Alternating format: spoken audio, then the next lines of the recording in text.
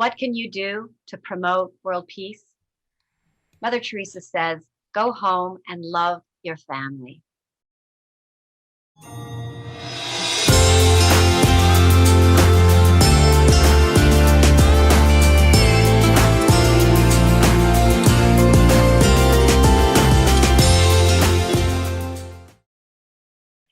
Welcome to this episode of Choose, where an actor and a therapist pull up a couch on the stage of life and help you use your power of choice to improve your family relationships.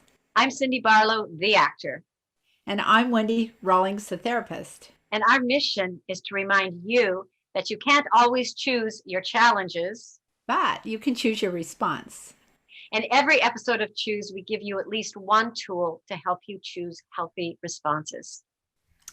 This is part 2 of our series about improving family relationships. In part 1, we talked about healthy and unhealthy connections, healthy and unhealthy family systems, and showed you a way to help uncover your unconscious relationships with your family so you could make them stronger and heal them. Today, we're going to give you 3 concrete ways to make your family relationships stronger and better. Before we do, though, we want to acknowledge that there are toxic family relationships, and these 2 episodes are aimed at the 80% of the bell curve where those relationships are not toxic and they are within the normal limits of what a healthy family relationship could be. If you're on the 2 tails, these episodes may help you a little bit, but they won't speak to your specific issue. Yeah, so if you're not sure your family relationship fits in the category of the middle bell curve, please seek professional help to help you sort out that question. It's vital in any relationship that is striving to be healthy that family members are all in, so they are committed to the highest levels. Like we talked about in the beginning of our last episode, that our most basic instinct is not for survival, it's for family. We need family. We talked about in part 1, each member has completely different experiences growing up in our home. Wendy and I gave you examples of that. And this is because of the differences in age, birth order, personality, and the role that you play in the family. Today's information applies to everyone, regardless of where you fall in those parameters. So let's get started. Here are 3 ways to improve family relationships. Number 1, make sure you're in a good place yourself. Number 2, be deliberate as you create or improve your relationship. And number 3, model the behaviors you want them to have. Model the behaviors you want them to have with you. Okay, so let's look at the first one in more detail. Make sure that you're in a good place yourself. It's so hard to have a good relationship with other people if you're feeling grumpy or tired or hungry or hangry, or if you're not having a good yes, or if you're hangry all the time. And hungry and angry together, right? That's right. So if you're not having a good relationship with yourself, it's hard to have one with someone else. So take care of your basic physical and emotional needs. Make sure you get enough sleep, you're eating well, that you're aware of your stressors, you're aware how close to a toxic level they are, and if they're getting to that toxic level, take steps to cope with them. Plan your long and your short-term goals and prioritize your family into your time schedule. A lot of times we give lip service to our family and the importance of it, and then when it comes down to planning our day, they are missing in action. Yeah. It's hard to have a relationship with someone you're never around. Right. And the second one is to be deliberate as you create or improve your relationship with your family. So what does that mean to be deliberate? Do things together. Routine things and special occasions. Use these times to learn about each family member and increase your ability to connect with each of them. Really see and hear them through your eyes, through your ears. Listen to them with love, or at least with curiosity, and discover what each person's unique needs are and their own personal way of communicating. When in doubt, please ask. Express appreciation for each family member. Catch them doing something good. I'd like to catch you in doing something good. giving it a look. And finding out what each member's love language is, because we all have different love languages. And, it's so kind to use that love language to communicate them, because that will help increase the effectiveness of your interactions and build the relationship. And we're leaving a link in the notes to a free website that you can go there and learn what your love language is. Those who demand the least emotional attention actually may need the most. And remember, nonverbal communication really is a very powerful way to communicate, especially with very young people, young children, and babies. And experts agree that between 70 to 90%, 90% of communication actually is nonverbal. And this means that it's our tone of voice, our body language, our facial expressions. They all convey our feelings a lot more than just our words, and much more quickly. Remember the 738-55 rule. You better remember this one, which states that Yes. 7%, yes, there will be a test at the end, that 70% of meaning is communicated through spoken word, 38% through tone of voice, and 55% through body language. That is correct. And the reason that body language or that nonverbals are so important is that they are processed through our midbrain, which works way faster than our thinking brain, I which did is not the know part of that. us that picks up content. Yeah.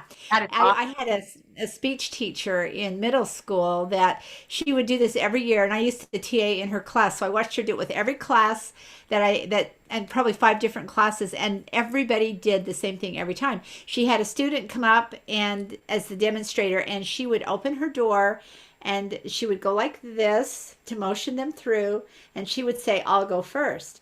And by the time the student was halfway through the door, it occurred to them what she had actually said, and they looked very embarrassed and confused. But we always do that because we pick up the body language, we Verbal. process it, we act on it first. So it becomes super duper important. What a great example. That's cool. And the last thing is model the behaviors that you want them to have with you. We train others how to treat us by the way we treat them first. So teaching through your own example that we're responsible for our own emotional responses. Nobody makes us mad. We choose to become mad. When my kids were young, they would make me mad. Imagine that. And I would say, "Oh, you make me so mad." So I went to a parenting class once, and I found this principle out that, oh no, they don't make you mad. You let them make you angry. And I was astounded by that bit of news. I thought, wow, I am in control of my emotions. It had not occurred to me at that point that I was. So I came home, I put all 5 of them on the couch, and I said, "Guess what I learned today? We are in charge of our emotions, and we make ourselves mad. We let people get us mad, and we're the one that gets to choose whether we're going to get mad." Very next day, my daughter did something, and I said, "Oh, you make me so mad." And I think she was 5 at the time, saucy 5. And she put her little hands on her hips and she says, "No, mommy, you make yourself mad." And I just thought, oh, she learned that lesson better than I did. So we want to model our the emotional responsibility. We want to manage our own moods and let all feelings be okay, but not all behaviors are okay. We want to model the behaviors that respect and encourage respect for other people. And it also, we want to make sure that people know they have a choice in what they feel, but they don't always have a choice in what's appropriate to do as a response to that feeling. We want to model generosity by receiving as well as giving. They're the same. They're the different ends of the same stick. So it's important to model that. Teach family members the importance of both receiving and giving. Have enough trust, and this is a big one, in family members to give them the space to resolve their own problems. That is really hard. Well-meaning as it might be, giving unsolicited advice or protecting them from their own emotions gives the unintended message that you don't think they're capable of figuring things out on their own, that they need you. So give them lots of support, remind them that they have a lot of strengths, and encourage them to ask for what they need instead of telling them what they should be doing. And I remember my kids used to talk to Dad about, what should I do, Dad? And I would think, well, why didn't they ask me? And so I asked them once, and they said, well, your dad is always right. Grandpa's always right. And so I went to dad and I said, look, dad, between you and I, you are really smart and you are really wise, but you're not always right. But my kids think you are. Why do they come to you and think that you're always right? And he said, Wendy, I've learned that you never give advice until they ask you for it. Once they ask you Wow. for it, their ears are open. They're open to hearing whatever you say, and they'll think whatever you said was pure gold. And I think he was totally right. Totally I had have it a figured I out. have a saying that I try and keep, but I'm not good at it, and that is never miss an opportunity to say nothing. I love it. That's brilliant. That It's is so true exactly in a right. family. So true and so helpful. So the next thing you want to do is keep your actions consistent with your values, especially around, well, everybody will notice hypocrisy, and nobody likes a hypocrite. I hate a hypocrite in myself. I I will think we all do. It's such a try it's so a hard it's a to, bug. yeah. It's a bug in your bonnet. You can't get Oh, this. it's Yeah. awful. So be an example, but don't be a nag. When you make a mistake, and this is big, acknowledge it to everyone, including and especially your younger family members, your children. It's really you're teaching them a skill and a strength. And the research that's been done on connection and on attachment shows that if you mess up the attachment with your kids, by doing something to offend them and hurt them, if you go back and you apologize and acknowledge it, they reattach because they can trust you, and it really is helpful. So say you're sorry when you hurt someone that you love, and that models emotional integrity, it models humility, and it demonstrates that no one is perfect, but everyone can learn at any age. It also means you can forgive yourself as well as forgiving other people. So it makes you safe to be around. Yeah. My my son is so patient with both my kids. I feel have been very patient and very forgiving. And there are behaviors, like the ones we just spoke about, nagging and all of that. Yeah. When I've been in his business, and I will always, if I catch myself, make an amends to him. And the last time I did, I said, I'm really sorry that I really appreciate your patience as I keep, making these amends, and I'm doing the best that I can. And he says, Mom, that's what I love about you the most is you always apologize for what you've done, and you acknowledge it, and that means a lot to me. And so you're right. I think it does, and it also allows them to realize they can make mistakes and also make amends as well. That's a um great model. It's a great yeah, and every good relationship takes time. And we talked about last time, consistency, consistency, consistency. We're in for the long haul. We're all in, and we're doing it for the rest of our lives, because every year something is going to matter most in your life. There's just like there are things that Wendy and I have lived through that only she and I know about, and one day we're the only ones that are going to know. So it's for keeps. It truly is. And it's Um, so worth it. As we work to improve the relationships we have with our family, we're also improving ourselves, of course. Exactly. And actually, it's the only way we really can improve ourselves, because we have to have reflection from someone else. So obviously, it's a win-win situation. We get to improve, they get to improve. But sometimes Everybody's they don't even have to improve. We improve our own image of them, and they get to improve right there. Um, so we know we've given you a lot of suggestions, and here they are summarized in. We've actually, and Wendy actually will have summarized them in the show notes below. So just choose just one thing to work on until you've gotten it down, and then go to the next one. Just choose one thing at a time and try and improve upon it. And it's so amazing if you bring that into your consciousness. Say, this week I'm going to improve on just apologizing for when I've done something wrong, and just see how that goes. Then the next week you go on to something else. But it really, the more you bring it into your consciousness, you'll find that you really actually start to make it a part of your personality, a part of the way you think, and people will again be able to see you maybe in a different light than before. Correct. So little by little, your relationships will improve that way. And it's crazy how when just one person changes, the whole family unit changes too. The way that I like to think about the family system is like a mobile, those things that hang down from wherever. And if you tug on one little piece, everything moves. And it can't help but move. And so if you change, if you're that one little thing that gets tugged on, the whole system will move. But I will give you one little beware. Some pieces don't want to move. Yeah. So if you start improving, if you start moving, if you start changing, they might go, "What is wrong with you? You're breaking the family rules here. You're stirring up the waters, or there's a disturbance in the force." Don't let that stop you. I used to run a codependency group, and we would take those things like, "What's wrong with you? You always used to do this for me, and now what happened?" And Yeah.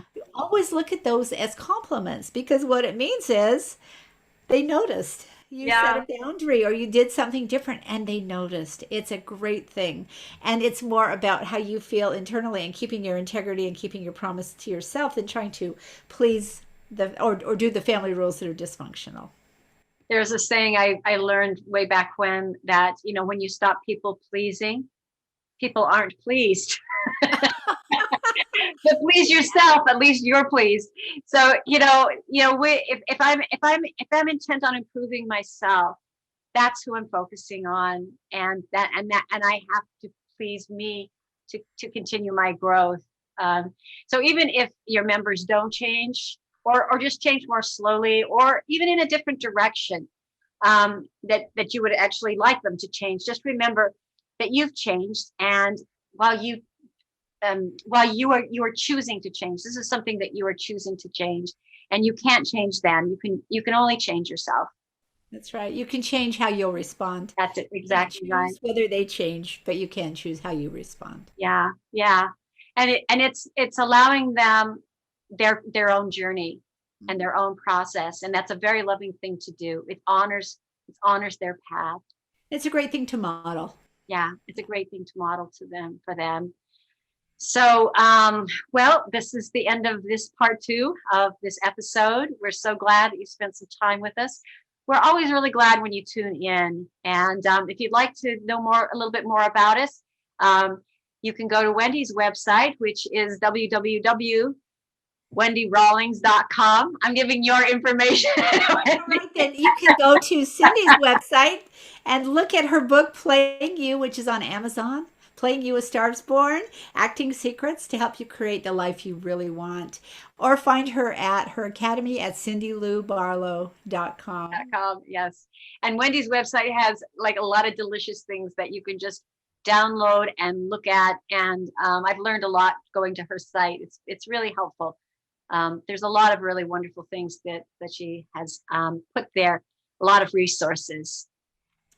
So, just to reiterate, Mother Teresa's brilliant, brilliant advice to us: what can you do to promote world peace? Go home and love your family.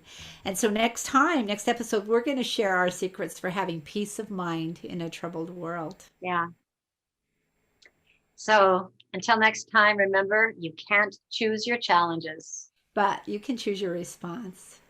And please, again, we request that you don't leave this page without subscribing, leaving suggestions in our comment section for future topics, even questions. And please take a moment to share this video with your family, with your Facebook group, and please like us. Yes. Choose to interact with us. Choose to like us. Choose to like us, choose to interact. Back, yes. Thank you. Thanks. And welcome to our little family group. That's right. Bye.